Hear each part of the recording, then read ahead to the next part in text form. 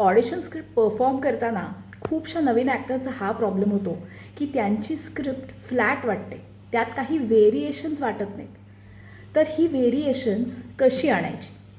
स्क्रिप्टमधलं कोणतंही वाक्य बोलताना आधी तुम्हाला त्याचा अर्थ समजला पाहिजे आणि त्याचबरोबर वाक्यातल्या कोणत्या शब्दावरती जोर दिला तर तो अर्थ चांगल्या प्रकारे बाहेर निघेल हे समजलं पाहिजे.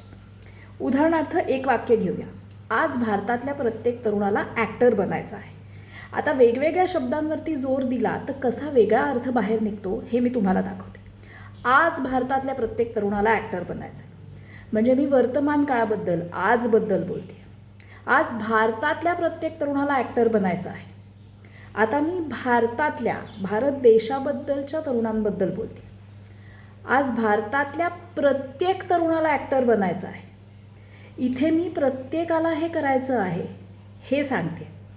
आज भारतातल्या प्रत्येक तरुणाला ॲक्टर बनायचं आहे म्हणजे इथे आता मी तरुण पिढीबद्दल बोलते आहे, लहान मुलं किंवा म्हाताऱ्यांबद्दल बोलत नाही आहे. आज भारतातल्या प्रत्येक तरुणाला ॲक्टर बनायचं आहे. आता मी ॲक्टर या व्यवसायाबद्दल बोलते. सो एकाच वाक्यामध्ये जेव्हा तुम्ही वेगळ्या शब्दावरती जोर देता तेव्हा त्या वाक्याचा अर्थ बदलतो. त्यामुळे तुम्हाला हे समजणं गरजेचं आहे की त्या वाक्यामधनं तुम्हाला काय अर्थ बाहेर काढायचा आहे.